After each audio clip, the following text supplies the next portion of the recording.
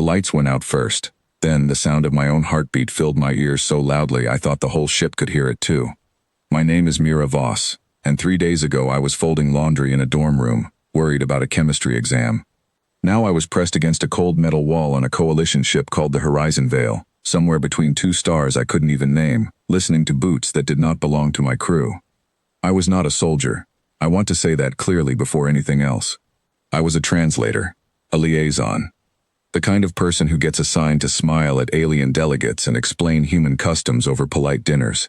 I had never held a weapon in my life. I had cried once because a spider got into my shoe. But that night, none of that mattered. The raiders came through the lower docking bay, cutting through the hull like it was paper.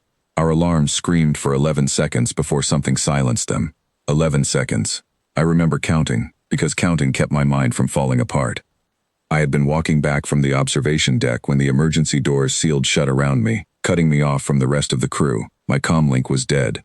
The corridor lights flickered, then died completely, leaving only the pale blue glow of emergency strips along the floor. I flattened myself against the wall and made myself as small as possible. Somewhere above me, a voice I recognized was shouting a report to the bridge. Captain Doran, my superior, a broad-shouldered man with a booming laugh who always overcooked his coffee. His voice cracked with static, then vanished into silence. I remember something an alien officer once said to me, only a week earlier. His name was Threll, part of a species called the Kavashi, tall and gray-skinned with eyes like polished stone. He used to call our human crew the glass children. Fragile, he said, breakable, sweet but useless in a real fight. He said it with a smile, like it was a compliment. I thought about that as I stood alone in the dark, waiting for whatever was coming down that corridor. Footsteps echoed closer, heavy, deliberate, unhurried. Whoever it was did not expect resistance. Why would they? We were the soft species, the newcomers, the ones who needed translators because we couldn't even understand half the galaxy's languages yet. I should have been frozen with fear. Some small, distant part of me was.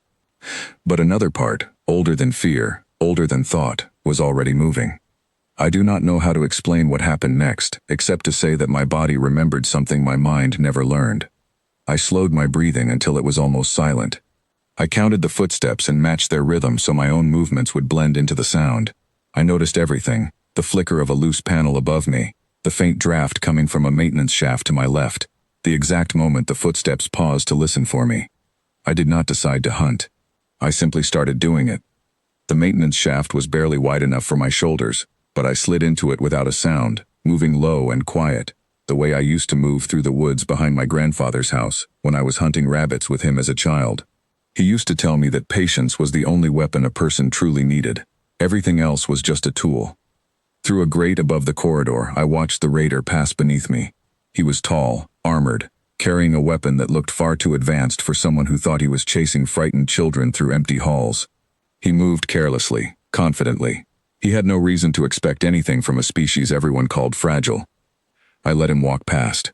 Then I moved. I will not describe every detail of what happened in that corridor. I have tried to in my own head, more times than I can count, and each time it feels heavier than the last. What I will say is this: I used what I had, the shaft, the dark, the silence, a length of loose piping I had noticed earlier near the vent, the kind of thing no one else would have looked at twice. It was over in seconds, quiet seconds, the kind of quiet that feels louder than any scream. When it was finished, I stood there shaking, my hands cold, my breath coming in short, sharp pulls. I did not feel powerful. I did not feel like a hero from the stories the humans back home used to tell about brave soldiers and glorious battles. I felt sick. I felt like crying. I felt, more than anything, surprised at myself, at what my own hands had just done without asking permission from the rest of me. But the corridor was safe. And somewhere down that same hallway, 3 more raiders were moving toward the bridge, unaware that the girl they assumed would run and hide was now moving toward them instead. I do not remember deciding to keep going. I remember my legs carrying me forward, my breathing evening out again, my mind sorting through every sound and shadow with a clarity I had never felt before. It was like some ancient part of my brain had been asleep my entire life, waiting for a moment exactly like this one to wake up. Humans evolved on a planet full of things that wanted to kill us, predators bigger, faster, and stronger than we were. We survived anyway, not because we were strong, but because we were patient, clever, and terrifyingly adaptable. We learned to move without sound. We learned to read fear in another creature's body before it even knew it was afraid. We learned, over hundreds of thousands of years, exactly how to become the last thing something ever saw. The galaxy had forgotten that, if it ever knew it at all.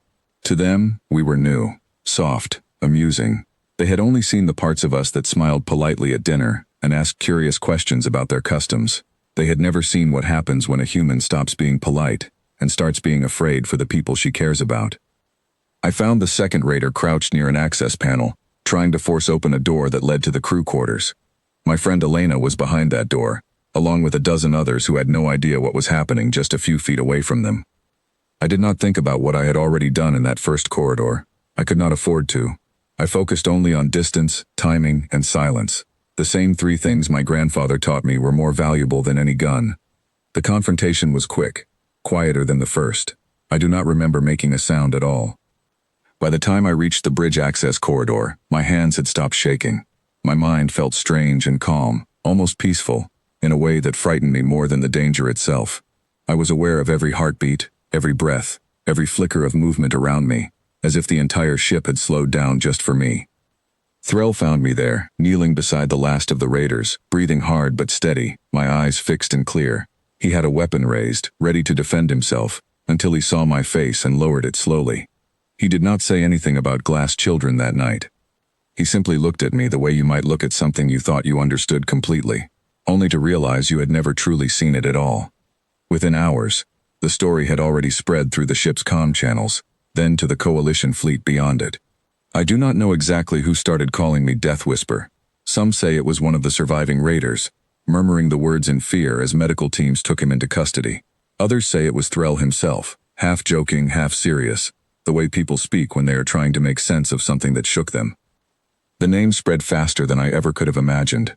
Within a week, alien officers I had never even met were repeating it like a warning, like a piece of folklore already taking shape. The fragile human girl who moved through darkness without a sound and left silence behind her wherever she went. I sat alone in the medical bay long after it was over, staring at my own hands as if they belonged to someone else.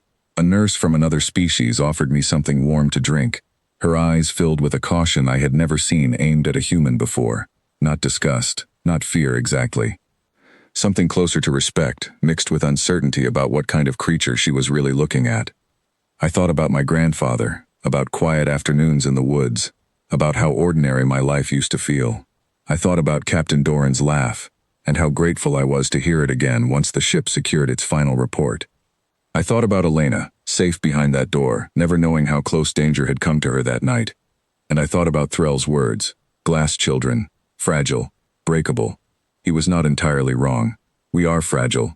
In some ways, our bodies are soft. Our lives are short compared to many species out there among the stars. But fragile does not mean weak, and gentle does not mean harmless. Humanity spent hundreds of thousands of years surviving on a world that tried constantly to end us, and somewhere along the way, we became very, very good at it. The galaxy is only now beginning to understand what that really means. I am still the same girl who cried over a spider in her shoe. I still love terrible cooking shows and quiet mornings and simple conversations with people I care about. Nothing about who I am has changed. But now, when the lights go out and the corridors fall silent, there are entire crews across the Coalition fleet who quietly hope they are not the ones who meet me there. They call it Death Whisper. I simply call it surviving.